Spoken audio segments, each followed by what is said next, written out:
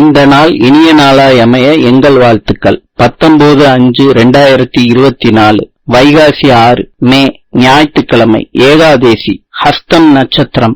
இன்றைய நல்ல நேரம் காலை 7:30 8:30 வரை, மாலை 3:30 4:30 வரை.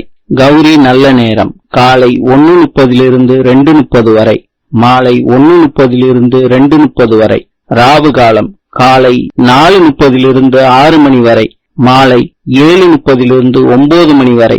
யமகண்டம் காலை 12 மணியிலிருந்து 1:30 வரை, மாலை 6 மணியிலிருந்து 7:30 வரை.